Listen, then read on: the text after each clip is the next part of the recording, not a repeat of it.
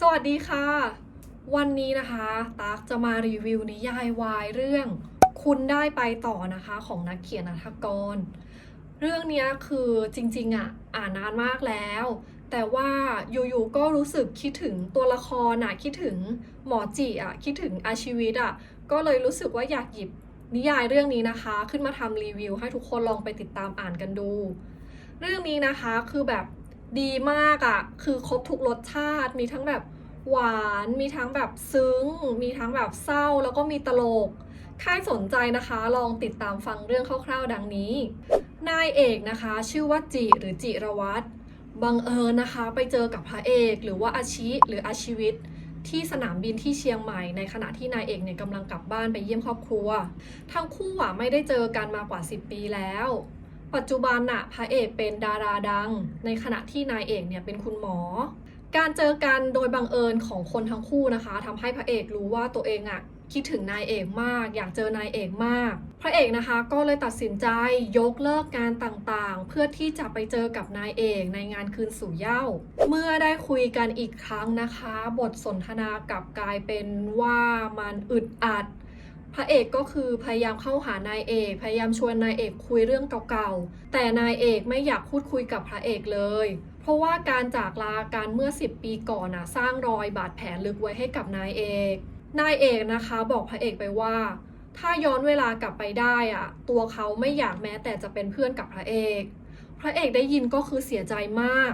ขากลับนะคะพระเอกก็คือมาส่งนายเอกที่บ้านทั้งคู่สุดท้ายมีปากเสียงกันนะคะแล้วนายเอกก็เผลอเข้าแบบไปต่อยพระเอกจนพระเอกคือแบบตาบวมพอกลับมาถึงกรุงเทพนะคะพระเอกก็คือไม่เลิกลงความตั้งใจแล้วก็ไปหานายเอกที่ห้องไปอ้างว่านายเอกเนี่ยต้องรับผิดชอบเขาเพราะว่านายเอกทำให้เขาโดนพักงานเนื่องจากว่าถูกนายเอกต่อย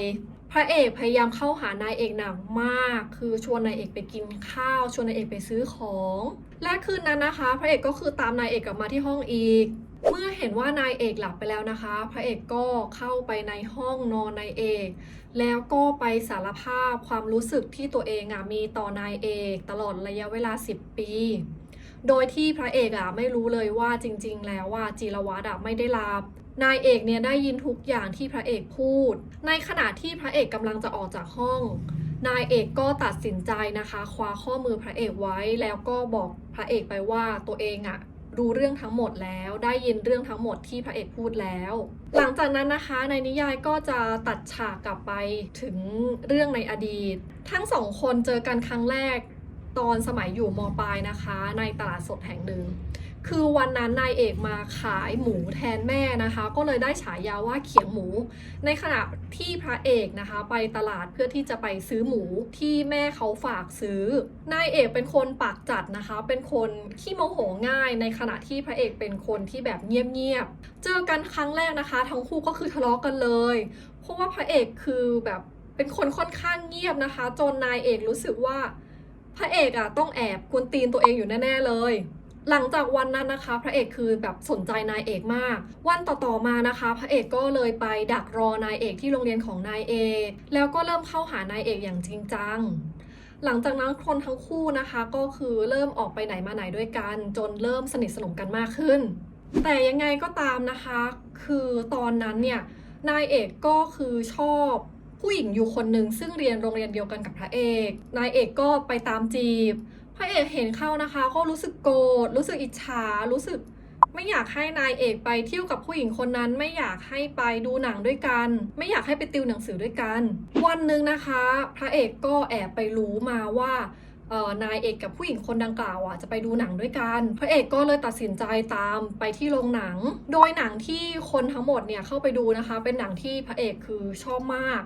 ดูมาแล้วกว่า4 รอบเป็นหนังรักสุดโปรดแล้วก็เคยพานายเอกไปดูหนังเรื่องนี้ด้วยแต่รอบนี้นะคะหนังรักที่ตัวเองเคยรักสุดๆได้กลายเป็นหนังโศกนาฏกรรมขึ้นมาทีเดียวเพราะว่าพระเอกเนี่ยไปเห็นฉากเด็ดเข้าคือฉากที่นายเอกกับผู้หญิงคนนั้นจูบกันในโรงหนังและณโมเมนต์นั้นนะคะทำให้พระเอกรู้ว่าตัวเองเนี่ยชอบนายเอกมากแล้วตอนนี้ก็คือรู้สึกเจ็บปวดสุดๆ คืนนั้นนะคะหลังจากที่นายเอกดูหนังเสร็จนะคะนายเอกก็โทรไปหาพระเอกบอกว่าคืนนี้ตัวเองรู้สึกนอนไม่หลับพระเอกก็เลยตัดสินใจไปหานายเอกโดยที่พระเอกเนี่ยหยิบตุ๊กตาเสือนะคะกับตุ๊กตากระต่ายติดไปด้วยโดยตุ๊กตา2ตัวนี้เป็นตุ๊กตาที่พระเอกซื้อมาเอาไว้ใช้เล่านิทานโดยพระเอกใช้ตุ๊กตากระต่ายเป็นตัวแทนของตัวเองแล้วก็ตุ๊กตาเสือเป็นตัวแทนของนายเอกในคืนนั้นนะคะพระเอกก็คือแอบเล่าเรื่องราวของคนทั้งคู่ผ่านตุ๊กตาทั้ง2ตัวแล้วก็แอบจูบนายเอกโดยใช้ตัวตุ๊กตาเป็นตัวแทนสื่อความหมายหลังจากที่นายเอกหลับไปนะคะพระเอกก็คือเหมือนห้ามใจตัวเองไม่ได้นะก็เลยแอบไปทำรอยที่หลังคอของนายเอกตามฉากหน้าปกในนิยายเลยนะคะน่ารักมากวันหนึ่งนะคะพระเอกกับนายเอกก็ได้มารู้ความจริงนะว่าผู้หญิงคนที่นายเอกกำลังแบบคุยด้วยอยู่คือนอกใจทำให้สุดท้ายนะคะนายเอกกับผู้หญิงคนนั้นก็คือต้องเลิกลากันไปเนาะแล้วก็พระเอกกับนายเอกก็กลับมาสนิทสนมกันอีกครั้งหนึ่งคืนนึงนะคะพระเอกก็คือชวนนายเอกมาดูหนังที่ห้องโดยเพื่อนของพระเอกแนะนำหนังเรื่องนี้มาแต่หนังที่แนะนำมานะคะมันเป็นหนังอีโรติกคืนนั้นนะคะนายเอกดูหนังแล้วก็คือมีอารมณ์มากแล้วก็เข้าไปจูบพระเอกจนสุดท้ายนะคะทั้งคู่แบบเลยเถิดไปจนแบบมี NC หลังจากเสร็จกิจกรรมนะคะพระเอกก็คือดูเครียดมากและที่พระเอกดูเครียดมากเนี่ยเพราะว่าพระเอกเห็นว่านายเอกเจ็บนะคะแล้วก็รู้สึกว่าตัวเองทำให้นายเอกร้องไห้พระเอกนะคะก็เข้าไปคุยกับนายเอกเข้าไปขอโทษนายเอก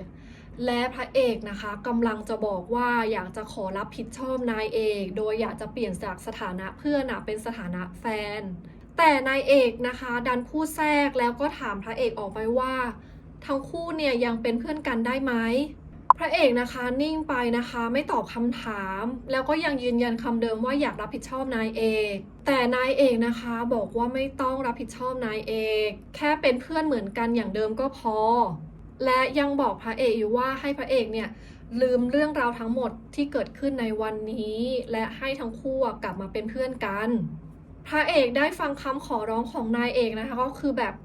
คือนิ่งไปนานมากและสุดท้ายนะคะพระเอกก็คือตอบตกลงเพราะคิดว่านั่นคือสิ่งที่นายเอกอยากให้เป็นแต่จริงๆในใจพระเอกคือเจ็บปวดมากนะคะแล้วก็คิดเลยว่ายังไงก็ต้องตัดใจจากนายเอกส่วนนายเอกก็คือเจ็บปวดเหมือนกันและเหตุผลที่นายเอกนะคะพูดออกไปแบบนั้นนะขอร้องให้เป็นเพื่อนกันเพราะว่านายเอกไม่ชอบเห็นสีหน้าที่รู้สึกผิดของพระเอกและนายเอกก็รู้สึกเกลียดตัวเองรู้สึกว่าตัวเองเป็นคนเริ่มเรื่องดังกล่าวและทำให้ความสัมพันธ์ของคนทั้งคู่มันเปลี่ยนไปคืนนั้นนะคะคนทั้งคู่คือแอบนอนร้องไห้แบบไร้เสียงหลายวันต่อมานายเอกไม่สบายก็เลยไม่ได้มีโอกาสเจอกับพระเอกพอนายเอกเริ่มหายดีขึ้นนะคะนายเอกก็คือรู้สึกอยากเจอพระเอกนะคะรู้สึกคิดถึงก็เลยไปหาพระเอกที่โรงเรียนพระเอกแล้วนายเอกก็คือนำตุ๊กตาเสือกับตุ๊กตากระต่ายติดมือไปด้วยแต่พอไปถึงนะคะกลับเห็นว่าพระเอกมีแฟนแล้วคือจริงๆพระเอกแค่จัดฉากนี้ขึ้นมาพอนายเอกเห็นพระเอกมีแฟนนะคะก็คือไปไม่เป็นพูดไม่ออกคือตกใจคืองงว่าทำไมพระเอกมีแฟนนะคะงงว่าไปคบกับใครตอนไหนเพราะว่าพระเอกเคยบอกว่าไม่เคยสนใจใครวันนั้นนะคะพระเอกคือทำตัวเย็นชานายเอกก็เลยตัดสินใจนะคะต้องการที่จะคืนตัวตุ๊กตาเสือกับตุ๊กตากระต่ายให้กับพระเอกพระเอกยืนยันนะคะว่าไม่ต้องการแล้วก็อยากให้นายเอกเก็บไว้นายเอกนะคะก็ยืนยันว่าอยากจะคืนตุ๊กตาให้กับพระเอกสุดท้ายนะคะพระเอกคือหักดิบเลยนะคือจับตุ๊กตา2ตัวเนี้ยทิ้งลงไปในถังขยะแล้วเดินจากไปนายเอกเห็นแบบนั้นนะคะก็คือรู้สึกเสียใจมากนะคะแล้วก็ตัดสินใจหันหลังเดินจากพระเอกไปพระเอกนะคะก็คือจริงๆยืนรอจนกระทั่งนายเอกกลับไปแล้วตัวเองก็บอกเลิกกับผู้หญิงคนนั้นแล้วเดินตรงไปที่ถังขยะไปเก็บตุ๊กตา2ตัวนั้นขึ้นมากอดแล้วก็ร้องไห้พระเอกนะคะคิดว่าตัวเองยังไงยอมแตกหักกับนายเอกดีกว่าที่สุดท้ายแล้วได้เป็นแค่เพื่อนนายเอกและในระหว่างที่พระเอกกำลังร้องไห้อยู่นะคะแม่ของพระเอกก็โทรมาถามพระเอกว่าพระเอกเนี่ยยังอยากที่จะไปอเมริกากับแม่อยู่ไหม และสุดท้ายพระเอกก็ตอบแม่ไปว่าใช่ตัวเขาจะไปอเมริกากับแม่1 อาทิตย์ผ่านไปพระเอกกับนายเอกไม่ได้เจอกันเลยจนกระทั่งถึงวันที่ทั้งคู่เคยตกลงกันว่าจะไปเที่ยวด้วยกันนายเอกนะคะเลยตัดสินใจไปหาพระเอกที่บ้านและนายเอกก็ได้รู้ว่าพระเอกได้เดินทางไปที่อเมริกาแล้วเมื่อหลายวันก่อนโดยที่ไม่บอกอะไรนายเอกเลยนายเอกรู้สึกเจ็บปวดมากร้องไห้หนักมากและนั่นนะคะคือเหตุการณ์ที่ได้สร้างรอยบาดแผลลึกไว้ให้กับนายเอกเมื่อ10 ปีก่อนตัดกลับมาปัจจุบันนะคะก็คือว่าพระเอกเนี่ยได้บอกรักนายเอกเนาะแล้วก็ได้บอกความรู้สึกที่ตัวเองมีต่อนายเอกตลอดระยะเวลา10 ปีให้นายเอกรู้แต่นะคะก็คือสำหรับนายเอกก็คือยังมีเหตุการณ์อีกหลายอย่างเนาะที่เขายังไม่เข้าใจว่าทำไมพระเอกถึงทำอย่างนั้นวันหนึ่งนะคะพระเอกก็เลยชวนนายเอกออกไปทานข้าวนะคะแล้วก็ตัดสินใจนะคะเล่าเรื่องราวทั้งหมด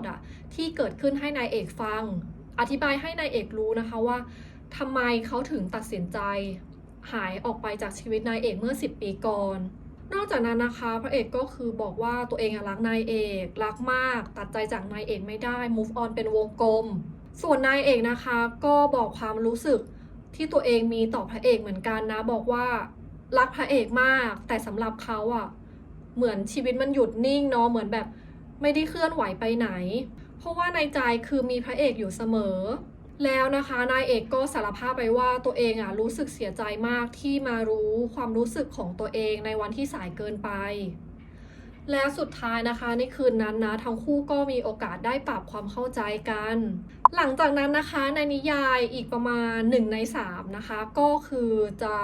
เป็นฉากหวานๆแล้วนะคะจะเป็นฉากที่ทั้งคู่คือ